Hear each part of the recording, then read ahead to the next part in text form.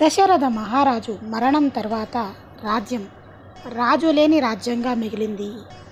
ప్రజలందరూ బాధల్లో మునిగిపోయారు. మహర్షులందరూ ఒకచోట సమావేశమయ్యారు.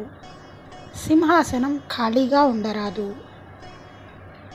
ప్రజలు సంతోషంగా ఉండాలంటే ఒక రాజు కావాలి. అందుకని మంచి రాజును ఎన్నుకొని వారికి పట్టాభిషేకం చేయాలి అని మహర్షులు అన్నారు. అప్పుడు వశిష్ఠుడు, ఇందులో మీరు కానీ నేను కానీ ఆలోచించాల్సిన విషయం ఏమీ లేదు. ఎందుకంటే దశరథుడు వెళ్ళిపోతూ ఒక నిర్ణయం చేసి వెళ్ళిపోయాడు. భరతుడికి ఈ రాజ్యం దక్కాలని, రాముడు అరణ్యవాసం చేయాలని నిర్ణయించాడు. ఆ కారణం చేత భరతుడిని పిలిపించి ఈ సింహాసనం మీద కూర్చోబెట్టి పట్టాభిషేకం చేయాలి. అక్కడ భరతుడికి పీడకలలు రావడం ఎక్కువయింది. మనస్సు ఎందుకో పరిపరి విధాల కీడు శంకిస్తోంది. తాతగారి రాజ్యంలో ఉన్న భరతుడి దగ్గరకు దూతలు వచ్చి ఆయనను అయోధ్య నగరానికి తీసుకువచ్చారు. ఆయన అయోధ్యకి రాగానే అక్కడున్న ప్రజల పరిస్థితిని చూసేసరికి ఆయన మనస్సు మరింత బరువయ్యింది. భరతుడిని చూడగానే అందరూ తలుపులు మూసేసి లోపలికి వెళ్ళిపోతున్నారు. ఎవరూ సంతోషంగా కనబడలేదు. అప్పుడు ఆయన తిన్నగా దశరథ మహారాజు మందిరానికి వెళ్ళాడు. దశరథుడి కోసం అన్ని గదులు వెతికాడు. అక్కడున్న వారెవరూ సంతోషంగా లేరు. రాజు ఇక్కడ లేకపోతే మా అమ్మ కైకేయ మందిరంలో ఉంటాడని గబగబా కైక మందిరంలోకి వెళ్ళాడు. అక్కడున్న కైకేయకి నమస్కారం చేశాడు. అప్పుడు ఆ కైకేయ భరతుడిని సంతోషంగా తన పక్కన కూర్చోబెట్టుకొని, చాలా సంతోషంగా గడిపావా? అందరూ ఆనందంగా ఉన్నారా? అక్కడి విశేషాలు ఏంటో నాకు చెప్పు అంది. అప్పుడు భరతుడు, అమ్మ, అక్కడ అందరూ బాగానే ఉన్నారు. నా తండ్రి గారైన దశరథ మహారాజు గారిని చూడాలని, వారి పాదాలకి నమస్కారం చేయాలని నా మనస్సు కోరుకుంటుంది. నీ మందిరంలో ఈ తల్పం మీద వారు పడుకుని ఉండేవారు కదా, ఇప్పుడు ఇక్కడ లేరు. అమ్మా, తండ్రి గారు కౌసల్య మందిరంలో ఉన్నారా అని అడిగాడు. అప్పుడు కైకేయ, చిట్ట చివరికి అన్ని భూతములు ఎక్కడికి వెళ్ళిపోతాయో మీ నాన్న కూడా అక్కడికి వెళ్ళిపోయాడు అంది.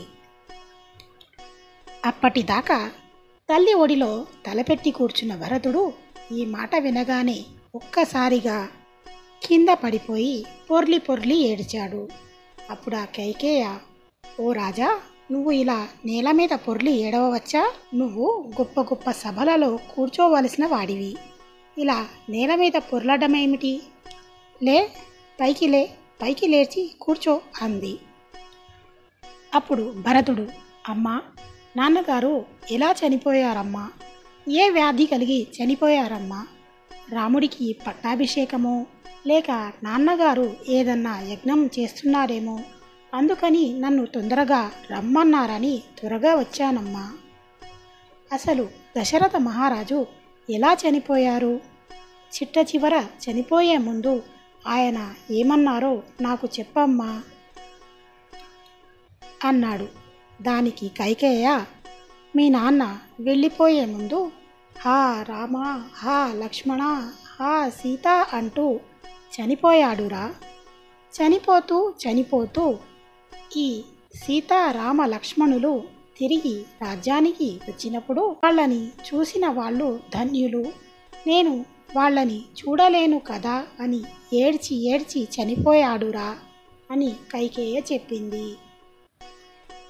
మరి ఆ సమయంలో సీతారామ లక్ష్మణులు ఎక్కడున్నారు అని భరతుడు అడుగగా, వాళ్ళు ముగ్గురు అరణ్యాలకి వెళ్ళిపోయారు అని కైకేయ చెప్పింది. అరణ్యాలకు ఎందుకు వెళ్ళారు అంటే మీ నాన్న పంపించేశాడు అని చెప్పింది. అప్పుడు భరతుడు, నాన్న ఎందుకు పంపించారమ్మా రాముడిని? రాముడు ధర్మాత్ముడు కదా, ఆయనను అరణ్యాలకు పంపించాలంటే ఏవైనా కారణాలు ఉంటాయి కదా. అసలు ఏమి జరిగిందో నాకు యథాతథంగా చెప్పు అన్నాడు. అప్పుడు ఆ కైకేయ ఎంతో సంతోషపడిపోతూ, నీకోసమే నేను ఇదంతా చేశాను. దశరథుడు రాముడికి పట్టాభిషేకం చేద్దామనుకున్నాడు. కానీ నీకు రాజ్యం దక్కాలని నేనే దశరథుడిని 2 వరాలు అడిగాను. 14 సంవత్సరాలు రాముడిని దండకారణ్యానికి పంపించమన్నాను. నీకు పట్టాభిషేకం చేయమన్నాను.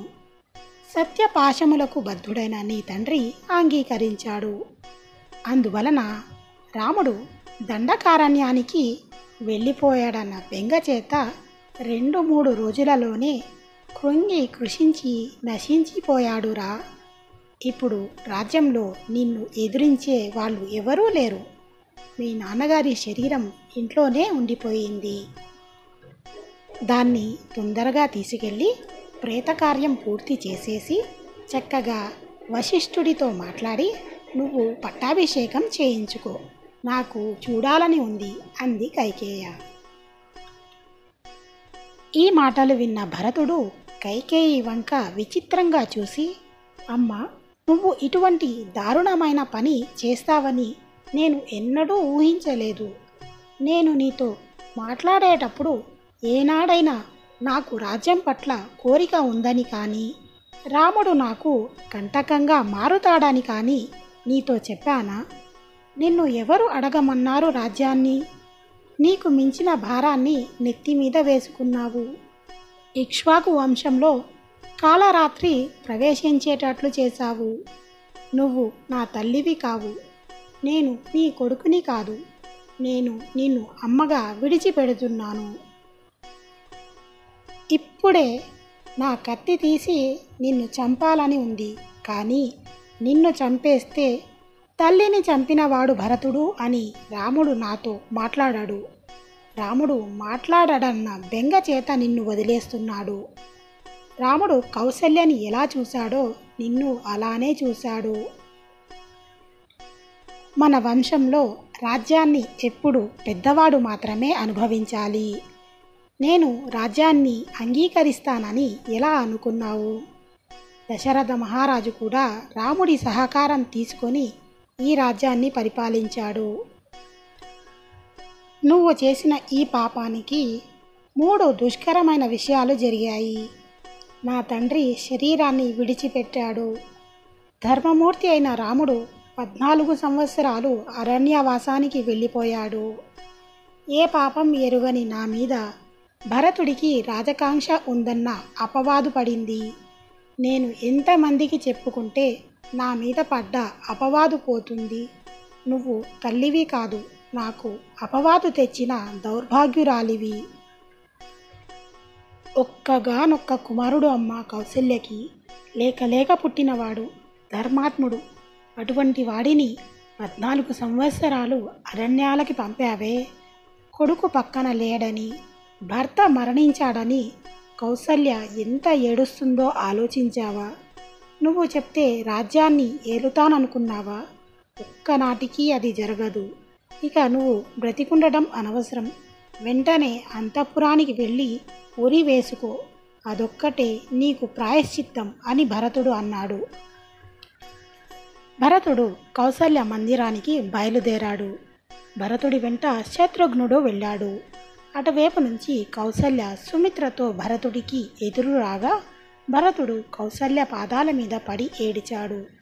అప్పుడు కౌసల్య భరతుడిని పైకి లేపి, రాజ్యం కావాలని కోరుకున్నావు కదా, మీ అమ్మ నీ కోరిక తీర్చింది.